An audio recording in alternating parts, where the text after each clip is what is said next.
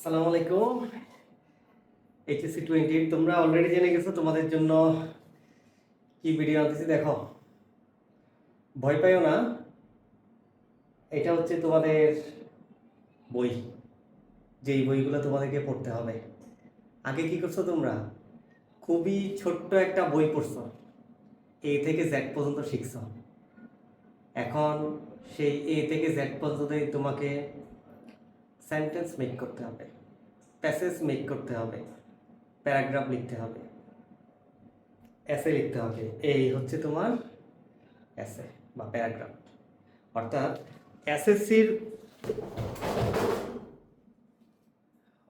এসএসসির বইয়ের সাথে যদি আমরা তুলনা করি, এইচএসসি অনেক বেশি ব্যবধান, অনেক বেশি।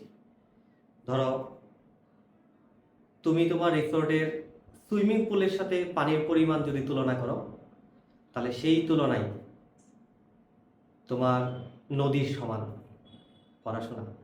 হয়তো সমুদ্রের সমান হবে না, এইচএসসিতে নদীর সমান হবে। তাহলে চিন্তা করো, তুমি পদ্মা নদীর সাথে তোমার সুইমিং পুলের তুলনা করো, যে এসএসসির পড়ার সাথে এই নদীর অনেক ব্যবধান। তার মানে দেখো, 4টা বই তো তোমার পক্ষে পড়া কোনোভাবেই সম্ভব না, কোনোভাবেই না। এটা হচ্ছে মানে মোটামুটি এখানে আমি 4টা বই নিয়ে আসছি। মার্কেটে তো অনেকগুলো বই আছে, সবগুলা বই তোমার পক্ষে দেখা সম্ভব না, আর তোমার পড়া উচিত হবে না। কারণ তুমি যদি একটা সাবজেক্টের 5-6টা বই পড়ো, তাহলে তুমি বাকি সাবজেক্টগুলি কখন পড়বা? আর একটা সাবজেক্ট তুমি যদি পড়ো, এখান থেকে একটা বই তুমি যদি একদম ফুললি কমপ্লিট করতে পারো, যদিও তুমি পুরো ফার্স্ট ইয়ারে করতে পারবা কি না একেবারে সন্দেহ অনেক বেশি, যে কোনো একটা বই তুমি যদি সমাধান করতে পারো, বাকি সবগুলোর বই 90% এমনি শেষ হয়ে যাবে। কারণ সবগুলা বইয়ের মূল টপিক একই, চ্যাপ্টার একই, পড়া একই। হয়তো সাজানোর মধ্যে একটু ভিন্নতা আছে, কোনোটাতে ইনফরমেশন একটু কম আছে, কোনোটাতে একটু বেশি আছে, কোনোটাতে একটু বেশি সাজানো, কোনোটাতে আগে পরে একটু এলোমেলো দেওয়া আছে। আর বাকি সবগুলো টপিক একই হবে, হয়তো উদাহরণগুলো ভিন্ন হবে, ম্যাথগুলো ভিন্ন হবে। এখন দেখো, মোটামুটি এই 4টা বই, সবগুলা বই বাদ দিলে এই 4টা বইয়ের কথা তোমার মনে রাখতে হবে। পপুলার যে 2টা বই, প্রথমে আমি রাখবো আমির ইসাক স্যারের বই, মানে আমরা আমির ইসাক নামে এটা চিনি, আমির হোসেন এবং প্রফেসর মোহাম্মদ ইসাক। এটা হচ্ছে আইডিয়াল বুকস প্রকাশনী। আচ্ছা, মানে ফিজিক্সের মানে নাম্বার 1 যদি বই আমরা বলতে চাই, তাহলে হচ্ছে এটা। আর এটা কোনো পেইড ভিডিও না, তোমাদেরকে আগে থেকে বলে রাখি, এটা কোনো পেইড রিভিউ না। আমার কাছে অনেকগুলো বই আছে, তার মধ্যে থেকে 4টা বই আমি আলাদা করছি। এই বইয়ের সাথে আমরা কম্পেয়ার করব আরেকটা বই আমার কাছে এই মুহূর্তে নাই, তবে ওটা সলিউশনটা আছে, সেটা হচ্ছে শাহজাহান তপন স্যারের বই।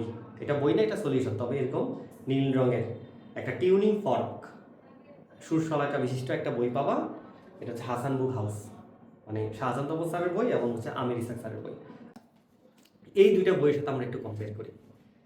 তুমি ইঞ্জিনিয়ারিং পরীক্ষা দাও আর মেডিকেল পরীক্ষা দাও, তোমার এই বইটা মাস্ট পড়তেই হবে। এটা পড়তেই হবে, এটার কোনো বিকল্প নাই, এটা পড়তেই হবে। একটু বেশি কনসেপ্ট দিয়ে একটু জটিল জটিল জিনিস এখানে আছে, একটু ভেঙে ভেঙে ভেঙে ভেঙে পড়তে হবে। সবগুলো জিনিস তুমি যদি একা নিজে পড়ো তাহলে এটা বুঝবা না, কিন্তু এটা বুঝবা।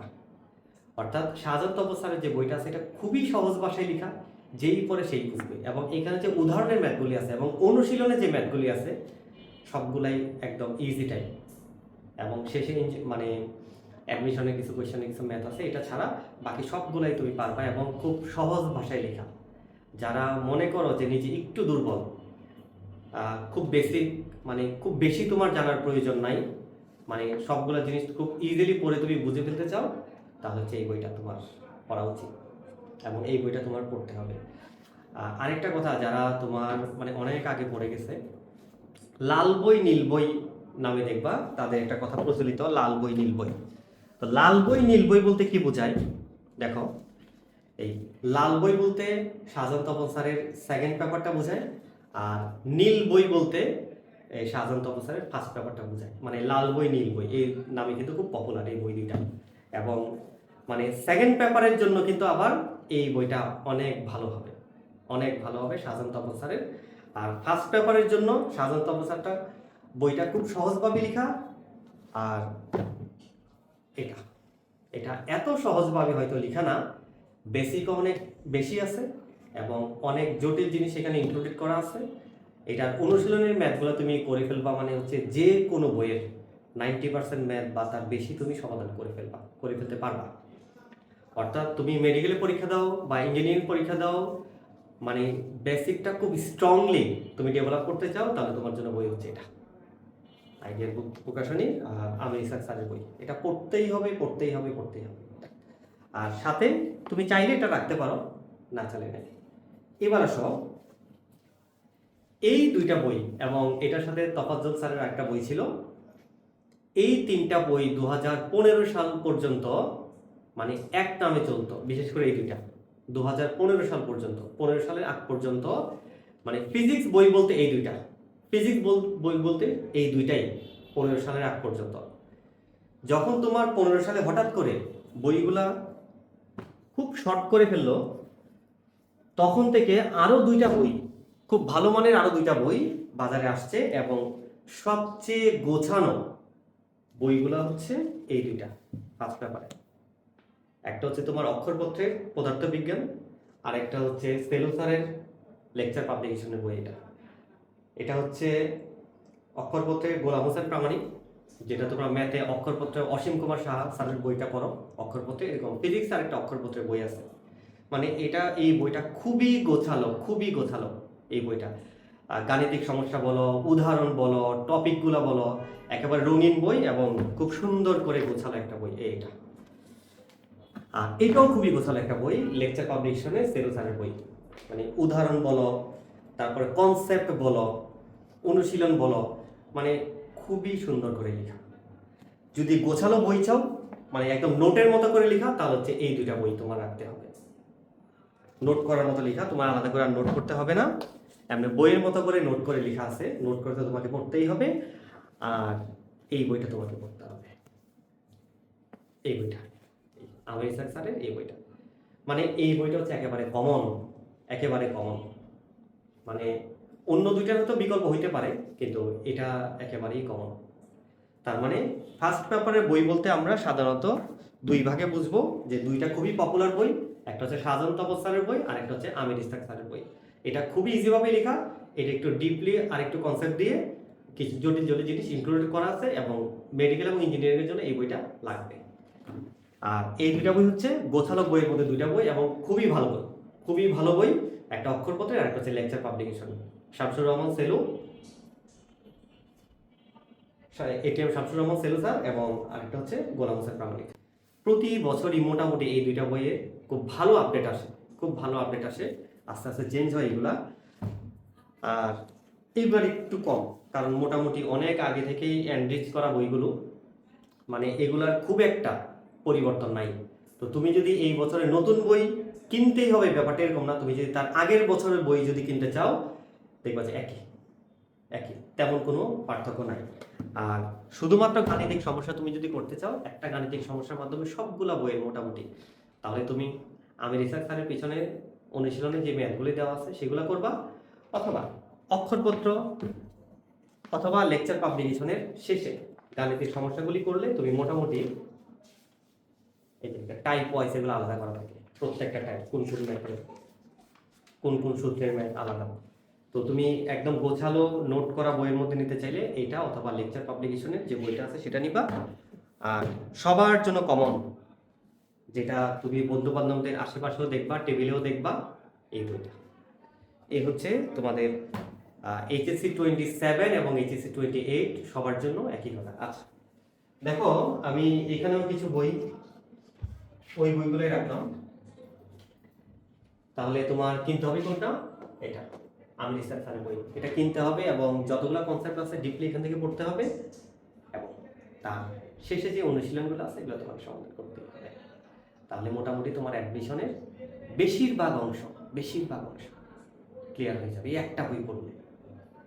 আর তার সাথে এটা করতে পারো, এটাও রাখতে পারো, কোনো অসুবিধা নেই। শাহজাহান তপন স্যারের যে বইটা রাখতে পারো, কোনো অসুবিধা নেই। এখন একই কথা সেকেন্ড পেপারের জন্য। সেকেন্ড পেপারের এই বইটাও খুবই গোছালো অক্ষরপত্রের, এটাও গোছালো একটা বই। আর এই দুটো হচ্ছে মোটামুটি পপুলার বই, আমির স্যারের বই এবং শাহজাহান তপন স্যারের বই, দুইটা বই। এই হচ্ছে মোটামুটি মানে বাজারে যতগুলো বই আছে, মার্কেটে যতগুলো বই আছে, এই হচ্ছে 4টা বইয়ের লিস্ট। 4টা বই পড়ার তোমার কোনো প্রয়োজন নাই, তুমি যে কোনো একটা অথবা 2টা বই পড়বা, একটা অথবা 2টা। ওই একটার মধ্যে আমির ইসাক স্যারের বইটা রাখতে হবে, আর একটার মধ্যে তুমি হয় শাহজাহান তপন স্যারের বইটা রাখতে পারো অথবা অক্ষরপত্রের বইটা রাখতে পারো। তবে আমির ইসাক স্যারের বইটা পড়লে শাহজাহান তপন স্যারের বইটা তোমার আর লাগবে না, প্রয়োজন নাই। সেক্ষেত্রে গোছানো বই হিসাবে তুমি অক্ষরপত্র অথবা লেকচার পাবলিকেশন এই দুইটা থেকে যে কোনো একটা রাখতে পারো। ইনশাল্লাহ দেখা হবে তোমাদের সাথে ক্লাসে, আর বাকি কথা ইনশাল্লাহ ক্লাসে হবে। তো আমরা HSC 27 এবং HSC 28-এর মানে শীটগুলো কীভাবে দিই? শীটগুলো হচ্ছে এই 4টা বই এবং এটা ছাড়া আরও যত বই আছে সবগুলা বইয়ের সবগুলা ম্যাথ একসাথে কম্বাইন করে তারপরে আমরা শীটগুলো দিব। এবং ওই একটা শীট পড়লে তোমার আমির ইসাক স্যারের সব কনসেপ্ট তো ক্লিয়ার হবেই, সাথে শাহজাহান তপন স্যারের বই সব কনসেপ্ট ক্লিয়ার হবে, অক্ষরপত্রের সব কনসেপ্ট ক্লিয়ার হবে, লেকচার পাবলিকেশনের সব ক্লিয়ার হবে, তফাজ্জল স্যারের বইয়ের সব ক্লিয়ার হবে। আরও যত বই আছে মোটামুটি সবগুলা বইয়ের কনসেপ্ট একসাথে আমার শীটে পাওয়া। সুতরাং তোমরা যারা এখনও বিভিন্ন জায়গায় ঘোরাঘুরি করতেছো, টাইম নষ্ট করতেছো, টাইম নষ্ট করিও না। ইন্টারে সবাই খুবই কম, খুবই কম, খুবই কম। এদিকে ফার্স্ট ইয়ারে 11 মাসের মতো পাওয়া যায়, আবার সেকেন্ড ইয়ারে গিয়ে তোমার 7 মাসের মতো কোনো রকমে পাওয়া যায়। ওইদিকে 1 বছর মানে 7 মাস, আর এদিকে 1 বছর মানে হচ্ছে তোমার 11 মাসের মতো।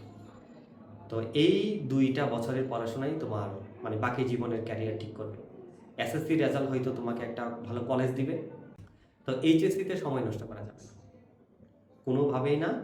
তো তুমি এতগুলা বই পড়ে সেটাও সময় নষ্ট করিও না, একই পড়া বারবার পড়ে। তো এমন একটা গাইডলাইন তোমার দরকার যেখানে সবগুলা বইয়ের কনসেপ্ট একসাথে থাকবে, এবং সেই গাইডলাইনটা এবং শিট সেটা আমরা দিব, যেন তুমি বেশি বেশি প্র্যাকটিস করতে পারো এবং বেশি বেশি কনসেপ্ট নিয়ে তুমি ইন্টার লাইফটা শেষ করতে পারো। ইনশাল্লাহ তোমাদের সাথে দেখা হবে ক্লাসে, নোট সহ, বই সহ। আসসালামু আলাইকুম।